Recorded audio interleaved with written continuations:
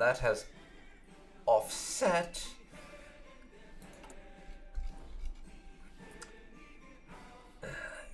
and removed all of the requirements and stuff.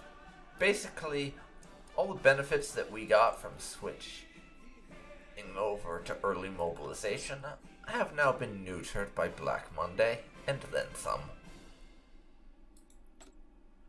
I can recruit spies now, it would appear, which I didn't realize. So we're going to recruit one, and we're going to send him off to start building a network in France.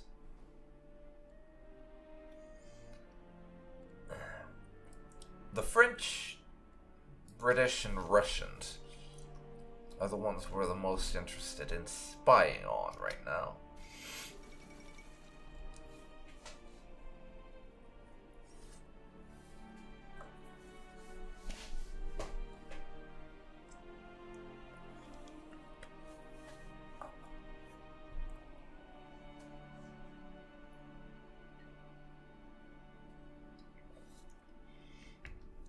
But we have an electoral gridlock in France, which is down to their whole political thing they've got going on.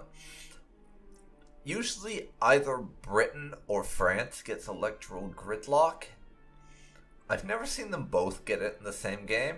We will see, though. The Commune of France is the world's leading syndicalist nation, united as a federation of city communes and directed by the Comité des Salles Publiques, the chief executive. Ever since its inception, however, the second commune, which was not uniform in its policy, numerous factions arose, each one with their own idea of which path France should take. As the time for revenge against Germany and the World Revolution closes in, the CGT elections in 1936 is set to be very important. It was so important, in fact, that none of the four factions could acquire a majority, much like before the election. Coalition must be found. How will this change the shape of the commune's politics? Only the men in the CSP itself know. So yes, France did not end up with a single faction acquiring a majority vote or anything.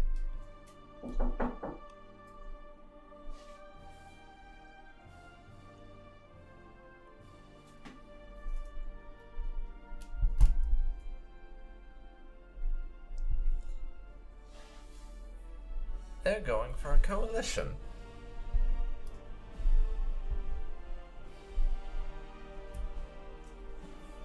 Because they cannot make up their damn minds.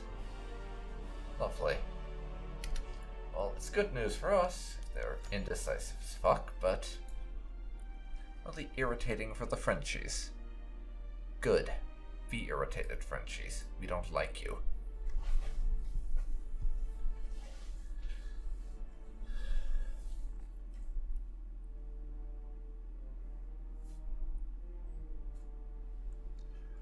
Run on the banks. German citizens, panicked by the collapse of the Berlin stock market, are rushing to make bank runs to withdraw their assets. The banks cannot afford to give out such sums, and many are in danger of collapse. They are clamoring for immediate government intervention to stabilize this unprecedented financial crisis. So, we have three options. Could close the banks temporarily, guarantee the holdings of private individuals, or do nothing. Well, we can't afford to do nothing. Look at that stability drop. We would be into negatives. Closing the banks temporarily is probably not excellent.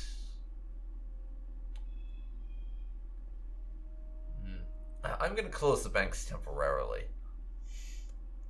Mechanically speaking, this is probably the better option because it costs political power we already have, and it gives us the smallest reduction to our stability. So this will screw us the least, is why I'm doing it. We're still down to 10% stability, but it could have been 5% or worse. And name that I can't pronounce declared. Basically, one of these various Chinese factions.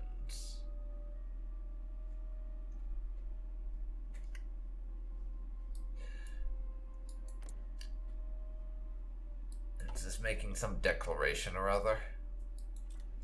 I'm not gonna bother to read that because it's about China and we care very little about what's going on with them. Oh dear. This could be a problem. This could be a problem. The Russian Socialist Republic has arrived, which isn't exactly the same thing as the USSR, but it's the closest thing to communism there is in the Kaiserreich timeline, and just staged rebellion in Russia and controls both Petrograd and Moscow now.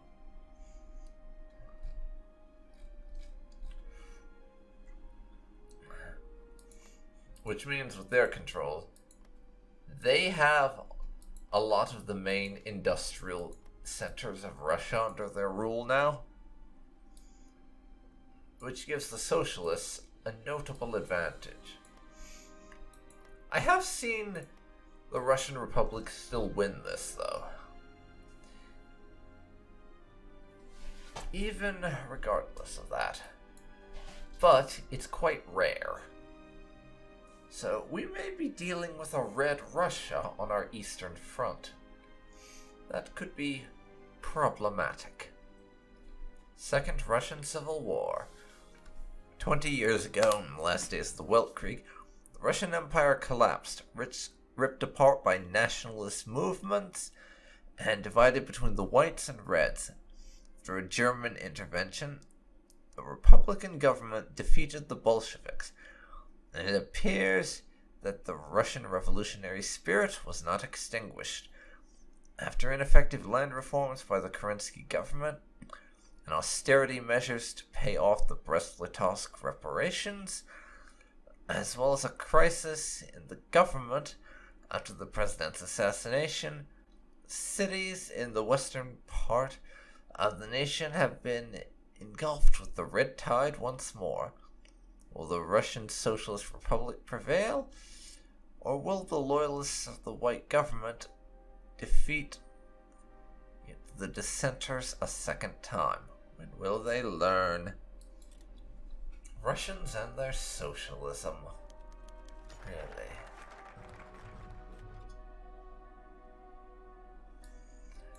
The 1934 naval program. Our national focus is finished. The Kaiserreich Marine stands as the strongest navy in the world in the year 1936. But many challenges will face it in the coming years. The expansionist empire of Japan and resurgent syndicalist fleets of Britain and France are both key future enemies, seeking to unseat German naval supremacy across the world.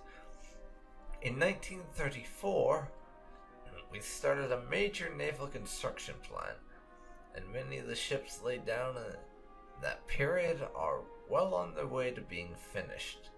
Unfortunately, with our naval industry limited due to ongoing economic malaise, we'll have to limit ourselves to one area of production. The question is, what should we focus on during the next 6 months? Destroyers, I think. Get us more small screen ships. With that done,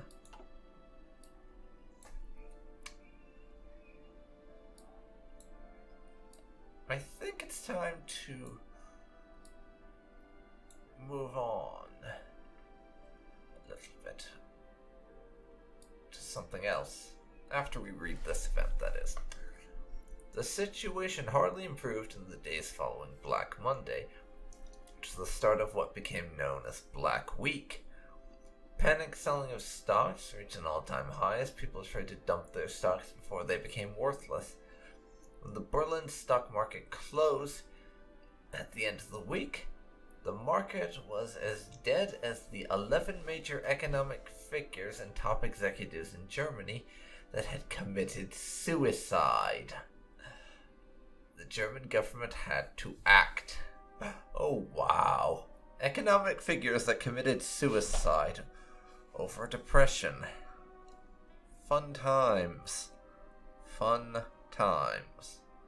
Must reform the economy. Fortunately, we have a national focus to get started on to help with that. Just help, mind you. Not fix it immediately. The Great Stock Market Crash in 1936, widely known as Black Monday, has already had a massive impact on German politics, culture, and society. While the damage might never be truly known, let alone fixed, we should enact reforms and recovery policies to regain some of our lost capacity. This will take 35 days, give us 5% base stability. Going for it.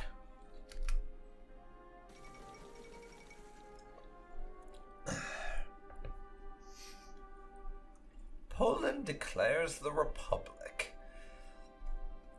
After several high-profile terror attacks in Poland, the near-total collapse of their economy, a large group of high-ranking Polish officials have released a statement declaring the creation of a new Polish Republic. The declaration was met with immediate declarations of support from many government branches, and it appears that the Republic has taken control of most of the country with almost no bloodshed. The Regency Council, the former ruling authority in Poland, has been dissolved, and the question of the next Polish king left forever unanswered. The people have rallied around the new republic, and the country's new future appears bright. Is the old order fading? Bloody well not be. But yes, Poland has become a republic now, and no longer giving us military access.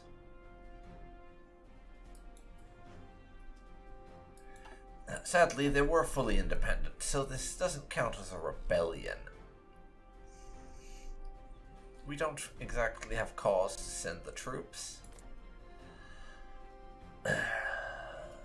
Lucky for us, though, we have East Prussia, so we don't need Poland as a route through to our eastern client states or anything. Which is nice. Which is very nice. The Austrian Empire withdraws from Italy. It is clear that Black Monday has hit the Austrian Empire hard. The Austro-Hungarian that thing today announced he was recalling divisions stationed in Italian territory, unable to afford the financial burden of keeping them safe from the Socialist Republic of Italy. For good or ill, the Italian Republic is now effectively independent of Austrian domination, at least until the Austrians regain their full strength and decide whether or not their interests in the region and the Italian peninsula even are worth regaining.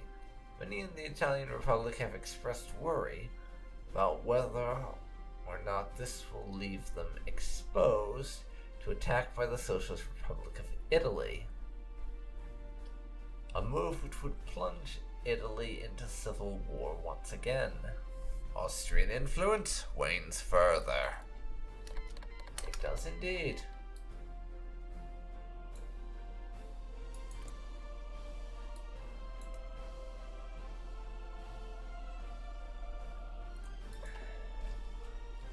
The Donkuban Union has now declared war on the Russian Socialist Republics. I've seen that happen a few times, where the Donkuban Union and Finland like to jump in, and not on the Russian Republic.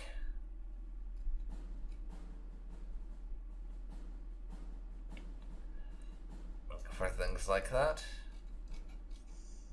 it doesn't necessarily result in a Republic victory or anything, but it does give them more of a fighting chance. We'll see who wins this, though. That war of theirs tends to be a very long-running one that will take a bit to resolve.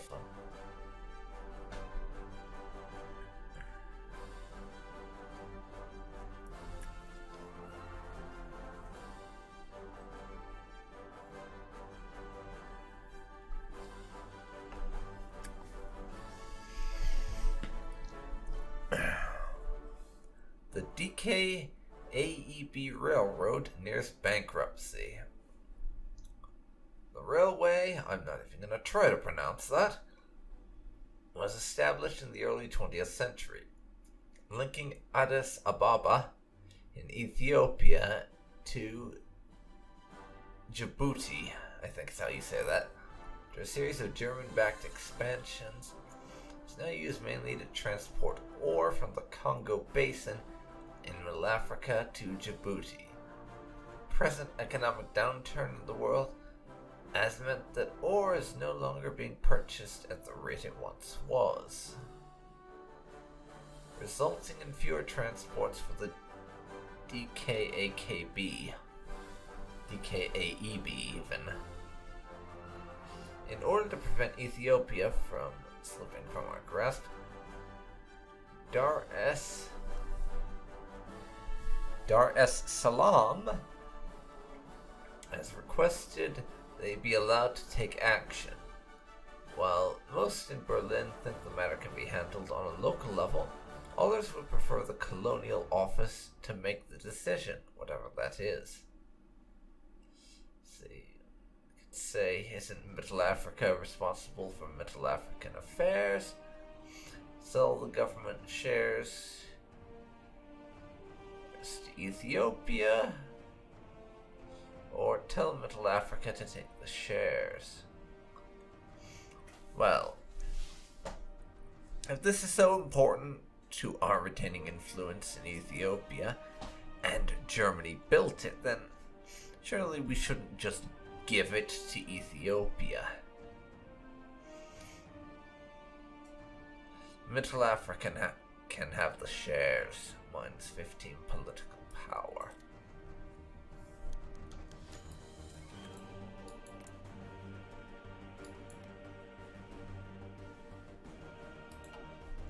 Polish monopolies crash. In the wake of Black Monday, some of our corporate interests in Poland have gone bankrupt. We have received news that the Polish government, ever irritated at our economic interest in their country, have moved to seize our corporate assets in their country, effectively removing our control over their economy. This is a disaster. We won't forget this treachery, Poland.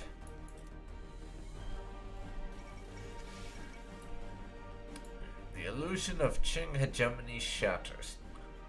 This is the thing I was talking about before, where the faction that was nominally led by the Qing and was their empire just with a lot of autonomy, even more so than the Austrians, has now fallen to pieces, and it's basically the historical warring states 1936 thing at this point, just worse. Middle Africa disobeys our order.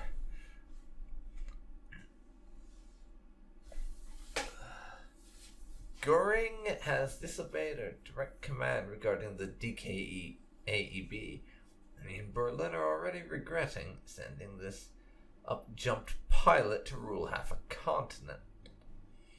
And the Colonial Office has filed an official complaint with the Middle African government. Outrageous. Okay, what did he actually do? I'm not sure. Did he sell them to Ethiopia or just do nothing? I would love to know.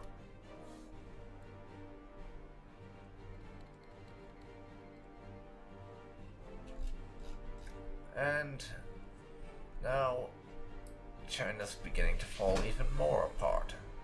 Left Kuomintang has risen up in rebellion in southern China again. Marshal Wu Peifu backs Nanqing. That's the guy who is basically in charge in Beijing. The emperor is essentially a puppet for this dude who is who's the military dictator of the Qing Empire, and he's thrown his support behind the government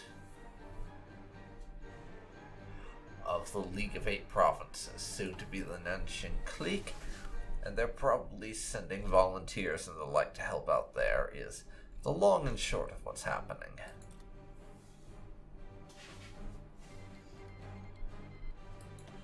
More war in China? Because of course.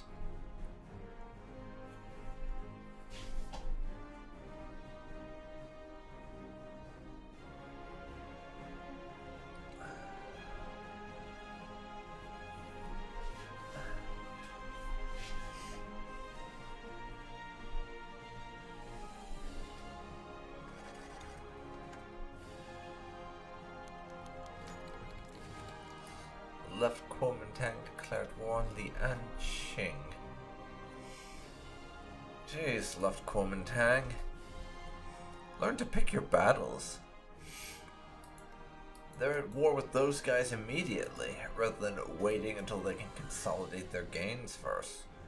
Wow. The Halbstark Terror. The devastating economic situation. Many families struggle to earn their daily bread, and the social security net is strained to the breaking point. In recent weeks, the streets of many German cities have been increasingly terrorized by gangs of teenagers. These Halbstarks steal products from markets and shops, and often money from innocent pedestrians, or commit acts of vandalism to escape boredom and frustration. Few citizens feel safe on the streets anymore, and it is clear that what some in the government might see merely as low-level civic disorder, instead is the makings of total societal breakdown. Mein Gott, how shocking! And we're now into the negative stability. Only -3, thankfully, but it's going to be problematic. Restoration of democracy in Australasia. That's nice to see. I've seen on a few occasions Australasia basically winds up as a military dictatorship or a Japanese puppet state and such. Glad to see they went with restoring democracy this time. The Australasian Confederation has been under the authoritarian rule of Governor-General William Birdwood since the British invocation of the emergency protocols in 1924, considered by many in the nation to have been a heavy-handed response to the Melbourne Commune syndicalist uprising. Birdwood finally relented to calls for an open election, leading to the surprise result of Earl Page's Country Party achieving a minority government in the Canberra Parliament. Page is expected to have a tough time ahead of him. Labour unrest on the rise, and calls for the revocation of Birdwood's more egregious restrictions on personal liberty. Interesting. Well, we'll keep an eye on Australasia, which... This is another thing Kaiserreich decided to do, if you're curious.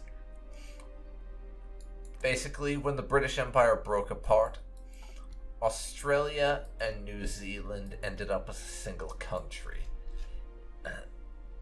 I've never looked into why too deeply in the lore, but that is what happened.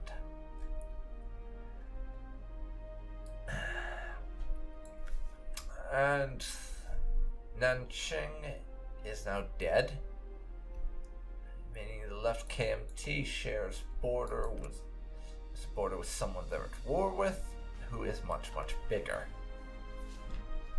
I can have fun with that, I can already tell.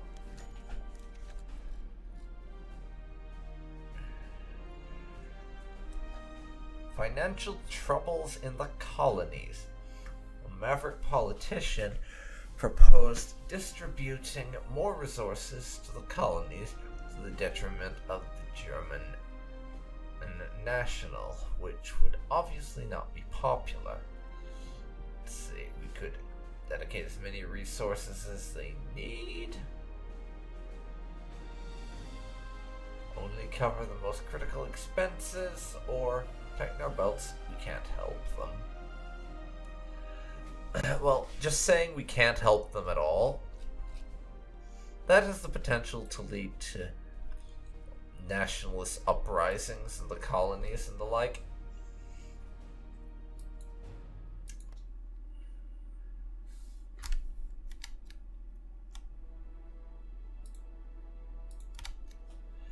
If they think that we don't care for their interests at all, just because we're having problems back home. So I think it would probably be for the best if we cover the most critical expenditures, but leave it at that. We can't give you too much in the way of resources, but we'll help out where we can.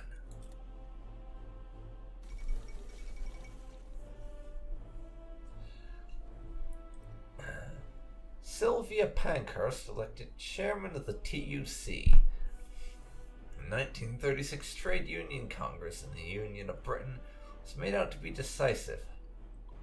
Longtime chairman of the TUC, Philip Snowden, declared his resignation, causing the four major factions in the Union to butt heads over the position.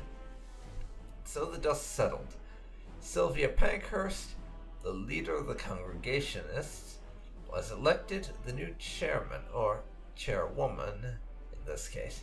Pankhurst is one of only a few female leaders on the planet, and her ideology of a radical feminist and egalitarian approach fit this situation. Very interesting. That is one leader that I have never seen win the election there.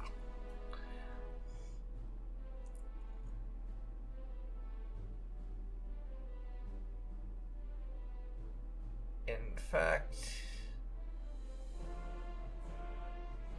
it's usually, I think, the Federationists who end up in charge of the British, and the Totalists for the French. So this is definitely a departure. The death of Pius XI. So yeah, the Pope is dead. All Christendom mourns the death of His Holiness Pope Pius XI, who died following a heart attack after having been in declining health for the past several years, something which rapidly worsened following Black Monday. The Holy Father will soon be interred with the rest of his predecessors in the tomb of the popes. Until the next pope can be chosen, the Papal States will be ruled by the College of Cardinals in Rome. The succession of His Holiness is made all the more important due to the Catholic Church's role in governing the reborn Papal States, as well as its vehement opposition to syndicalism, a force which has divided Italy and seeks to once again unite the Italian peninsula. How terrible.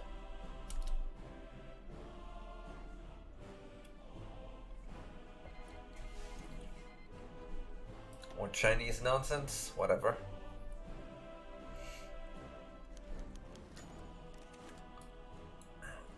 Agricultural crisis in Mittel Europa.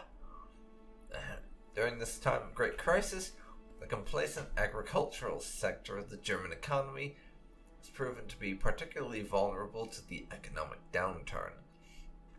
This in mind, several Junkers, representing the landed nobility of the Kingdom of Prussia, have asked for protectionist legislation and state subsidies for their agricultural production. By imposing tariffs on foreign produce, we will strengthen this vital sector of the Reich's economy and protect our farmers. Fortunately, such a measure is likely to cause further damage to the economy of our neighbors, dependent as they are on German markets for their food exports. The wheat crop in the Ukraine is particularly vulnerable, and choosing to enact protectionist measures might seriously damage them and our other agrarian partners.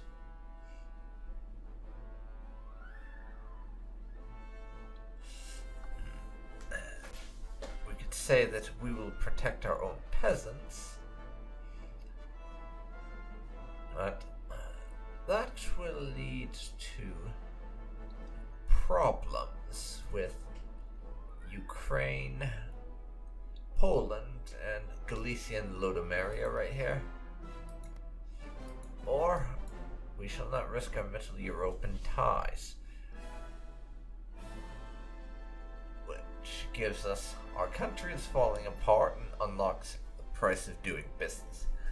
Well, if it's that serious, I'm sorry, Poland, Ukraine, Galicia, and Lodomeria, but our own people come first.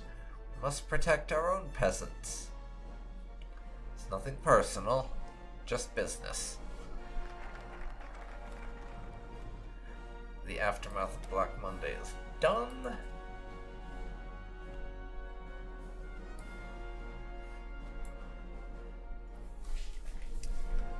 And now for our economic reform, we have two choices.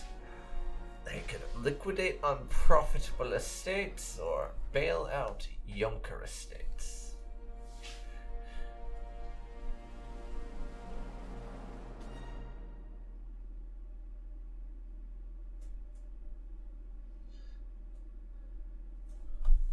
I am going, I think, to liquidate the unprofitable ones.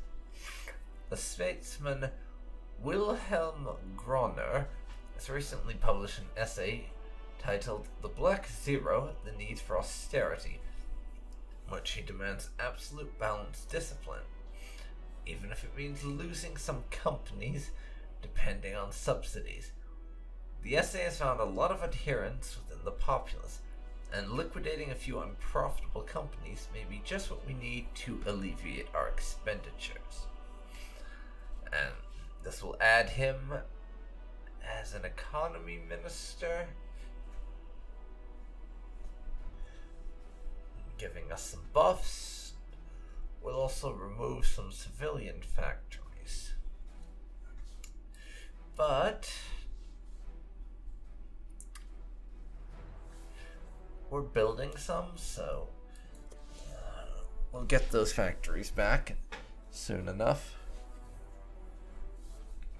So, not too big a deal.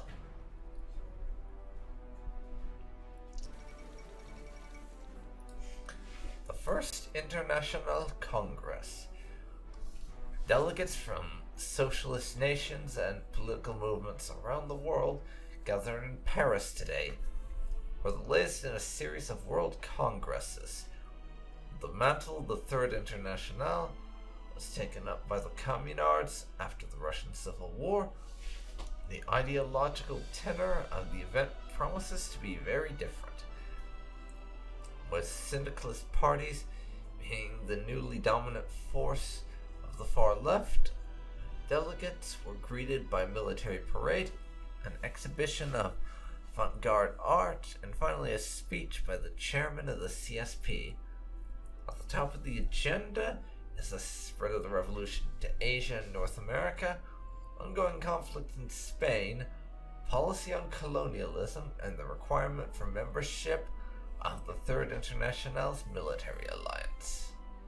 Interesting indeed. We'll keep our eyes on that. Syndicalists' first move. The Reds are meeting to coordinate their activities. They're definitely aimed against the order we have established in Europe following our victory in the Weltkrieg. Let's watch the meeting and analyze the results closely. Watch them. Watch them. Now, Afghanistan and the Entente have made peace.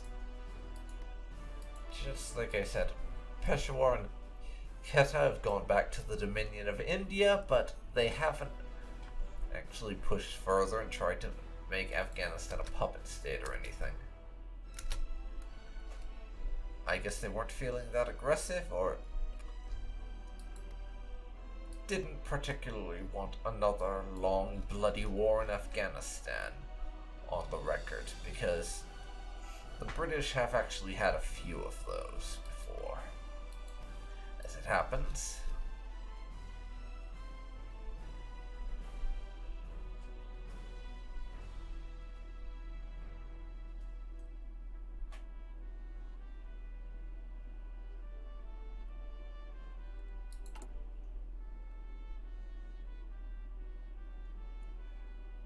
let's turn those off, I think.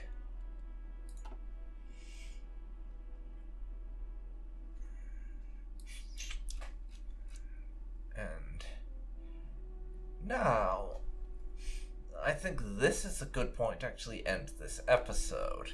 Or this stream, rather. Episode? Sorry, I'm too much in the YouTube Let's Player mindset a little bit, because I've been doing just that for so long.